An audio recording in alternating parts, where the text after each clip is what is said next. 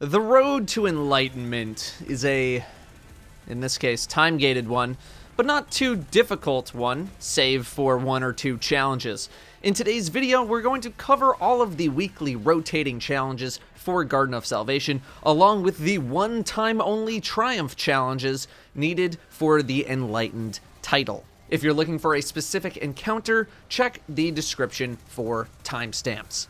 We will start with the third encounter. No, we'll the first one.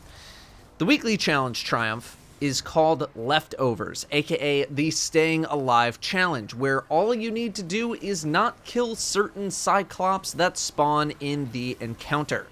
Now, you do need to kill certain Cyclops in order to progress the encounter. Those are fine to kill. But whenever a pair of Cyclops spawn in, usually in the room with the boss in it, you are not allowed to kill those or you fail the challenge. In the final section of the encounter, the Field of Cyclops, you are allowed to kill those Cyclops and you will not fail the challenge. Whoever at Bungie thought that it would be a good idea to allow you to kill them, I don't know what you were thinking, but I don't make the rules. This one's pretty simple. The one-time Triumph challenge is Voltaic Tether, where you can only tether to doors if you have Voltaic Overflow.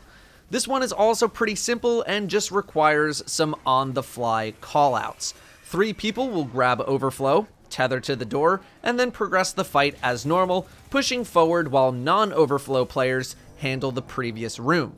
When the first player who picked up the Overflow has the debuff fall off, they can just rotate out while a player who just picked up an Overflow replaces them.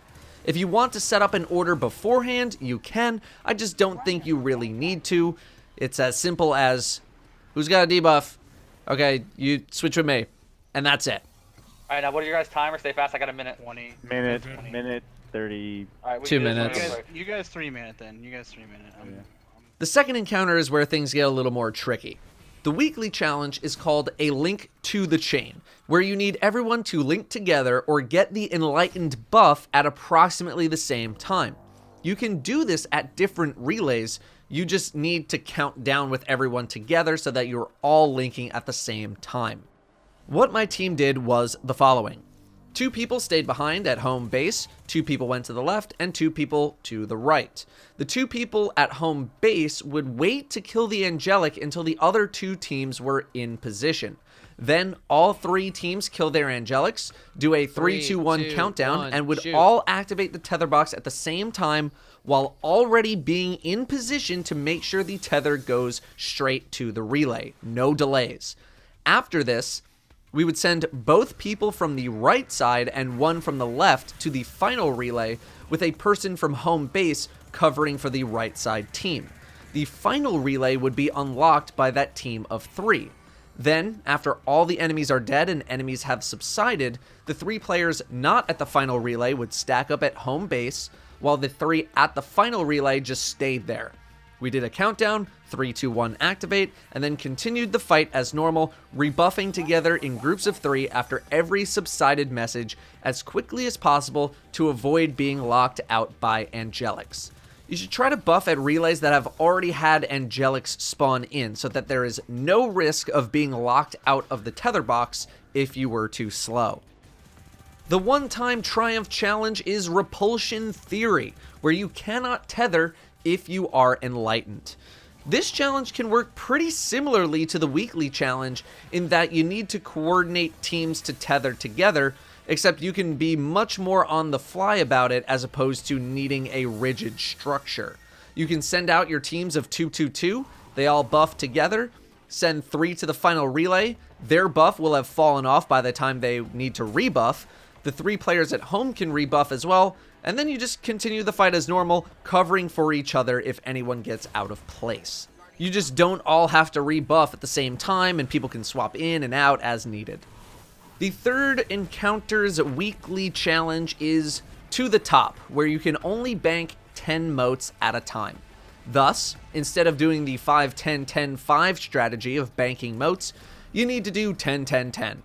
This doesn't really change the fight at all, and just makes it so you need to move a little faster and locate and kill the Minotaur a little bit faster than usual. Then, You continue the fight as normal. This strategy is one that is already in use by a fair amount of teams and is actually faster than 5-10-10-5. However, 5-10-10-5 is just a little more reliable. The one-time triumph challenge is Relay Rally, where you are not allowed to kill anything if you have the Enlightened buff. Have the team of 3 that is doing the eyes on the boss mechanic start the fight, so that way the moat team doesn't need to worry about that. Then, on the moat team, assign one person to be sitting by the relay for the entire fight. Instead of 3 people getting moats in a 1-2-3 order, only 2 players will get moats, 1-2-1-2, while the third player just sits at the relay killing ads. Obviously, the enlightened player will remove the shields of the enemies so that the other player can kill them. The boss team works as normal, nothing changes. However, if you're the final enlightened player going into boss damage, you can do damage as normal, just be sure to not get the final blow on the boss. The Final Encounters Weekly Challenge is the 0 to 100 challenge, where you need to completely fill your relay in 10 seconds. This means 3 people banking 10 moats each. Note that you do not need to do this on both sides at the same time, but you can if you want, and I would highly encourage it. It is what my team did. Here's how to make that happen.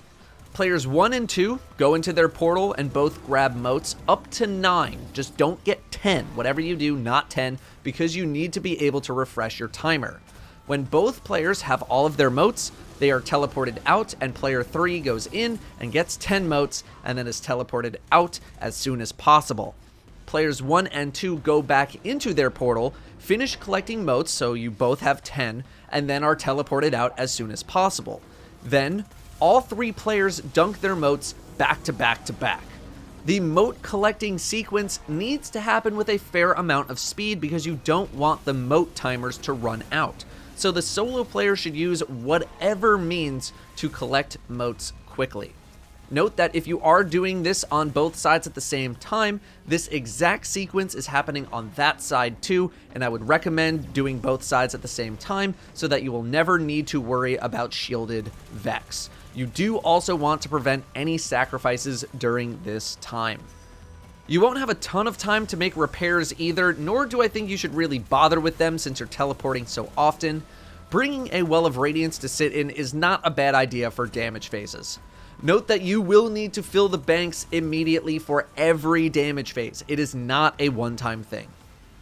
The one-time triumph for the final encounter is Stop Hitting Yourself, where you need to kill 20 Vex using the animation of the plates either disappearing because of the boss or being rebuilt by players.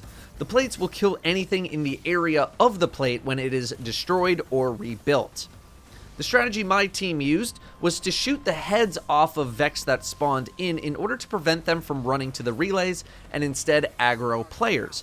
Then lure the Vex to plates that are being rebuilt or destroyed, often rebuilt since you can actually control that. We had 2 Warlocks doing the kiting of the Headless Vex so that they could heal each other with healing nades, rifts, and wells. If any Vex attempt to sacrifice, you're not going to be able to get them out of that animation, so just kill them. However, this method is pretty unorthodox, and I'd actually recommend a different, easier method. The other method involves filling up a relay to its maximum first and then starting the killing process. By filling a relay on one side to full, the goblins that wander over shouldn't try to sacrifice and instead will just kind of loiter in that area. When you have a bunch of Vex, rebuild the plate and crush them. This does limit you to having to destroy a specific plate, but that's not that big of a deal. Is this as fun as the other method? No, but I can't imagine most people are doing this challenge for fun. I don't have a clip for this method though, so I'm just gonna continue explaining the method that I used in case something happens for whatever reason with the method that I just mentioned.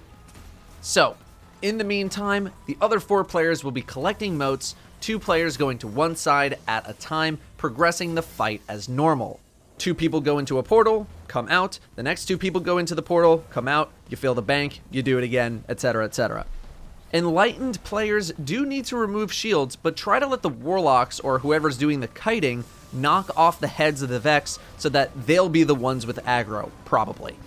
When a bunch of Vex have been collected, you want to guide them over to a plate that is going to be rebuilt, rebuild it, and then jump out of the way before the animation would kill you, while also being close enough to the center of the plate so that the Vex can't walk out of it. It's a loose timing, but it might take you a couple tries to get right. My team also counted one less Vex for every kill plate, just to ensure that we killed enough. You don't want to end up with 19 killed or something. Ideally, you'd be able to get all of the kills before the first damage phase, but if you have to do a few kills after the first damage phase, that's totally okay. As soon as you get the 20 kills that you need, you can just continue the fight as normal. Those are the 8 challenges for the raid. Good luck with them. Good luck getting the title. Thank you for watching, and I'll see you next time.